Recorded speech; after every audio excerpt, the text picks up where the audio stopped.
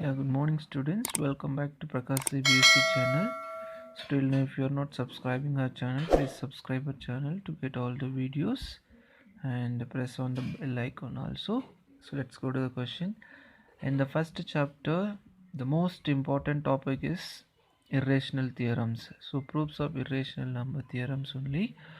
So in this there are only two methods. One is like this direct models, prove that root 5 is irrational, prove that root 2 is irrational. Like root of prime numbers we have to prove as a irrational number, and another one is using this we have to prove some other theorems. So only two theorems only major in this.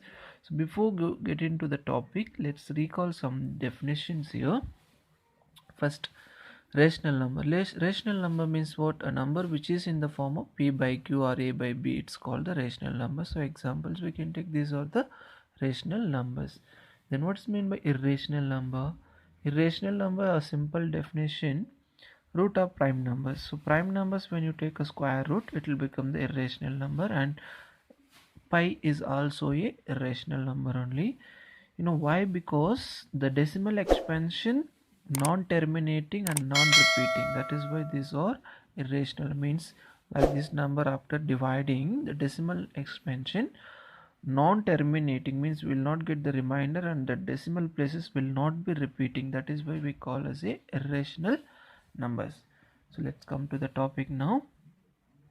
So in these kinds of things, always we assume something, finally we will prove like our assumption is wrong so that the given is true.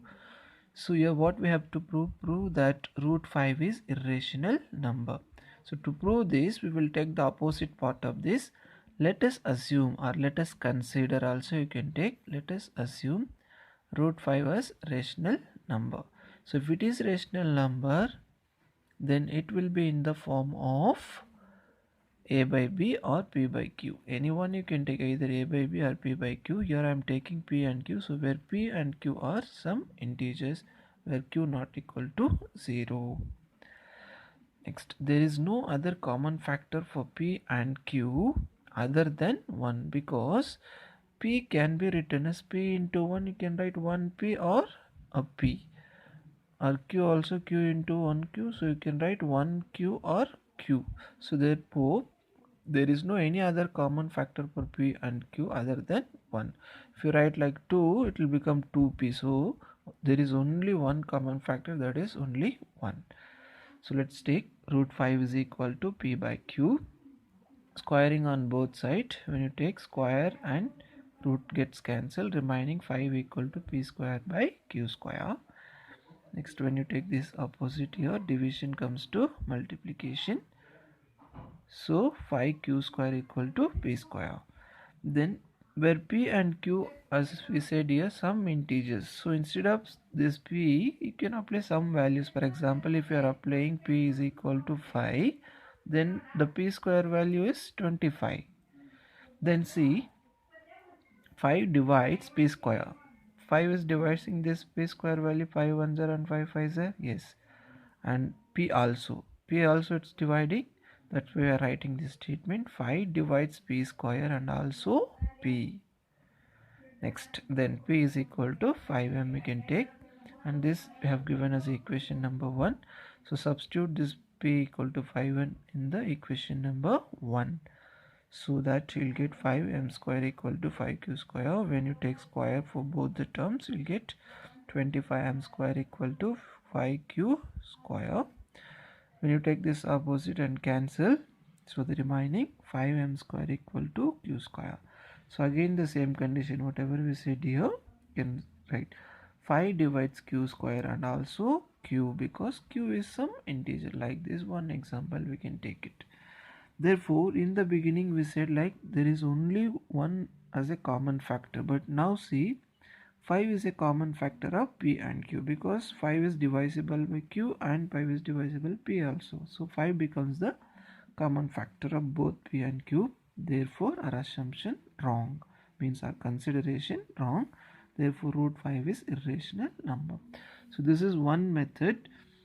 Whatever single number comes, the same model only we are going to prove till this everything same. And here when you are taking p is equal to 5m, suppose if you are proving root 2, then here 2m will come. The remaining all same steps only. Next, using this theorem, how we are going to prove the sub theorems. So here we have the sub theorem. That's all this, and that two models only. Prove that 3 plus root 2 root 5 is irrational. So before going to this theorem, let's recall some definition. Addition, subtraction, multiplication and division of rational number is always rational. Means take two rational numbers like 1 by 2 or 3 by 4 something. Whenever you multiply and divide, whatever do with the rational number, the answer will be rational only. And the same way, whatever you do with the irrational number, the answer will be irrational only. So let's come to the question. So in the first theorem we have taken the same way only. Let us assume the given as a rational. If it is a rational, it will be in the form of p by q, where p, q are integers, q not equal to 0. So let's take 3 plus 2 root 5 equal to p by q. Now in these kind of theorems we have to find out the root value, means the remaining things one by one you take opposite. When you take plus 3 opposite, it will come minus 3. So division, if you want to take, you can take 1. And multiplication 2, when you take opposite, it comes to division. Now Cp by q is a rational number, 3 by 1 also rational number. Then this two rational number, what we are doing is subtraction. So here we said addition or subtraction, whatever do with rational number, always rational.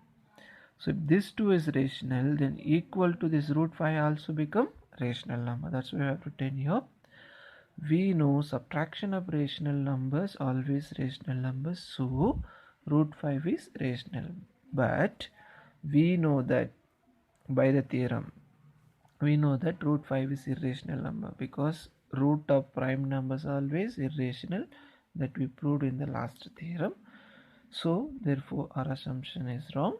Therefore 3 plus 2 root 5 is irrational number. So hope that you understand this.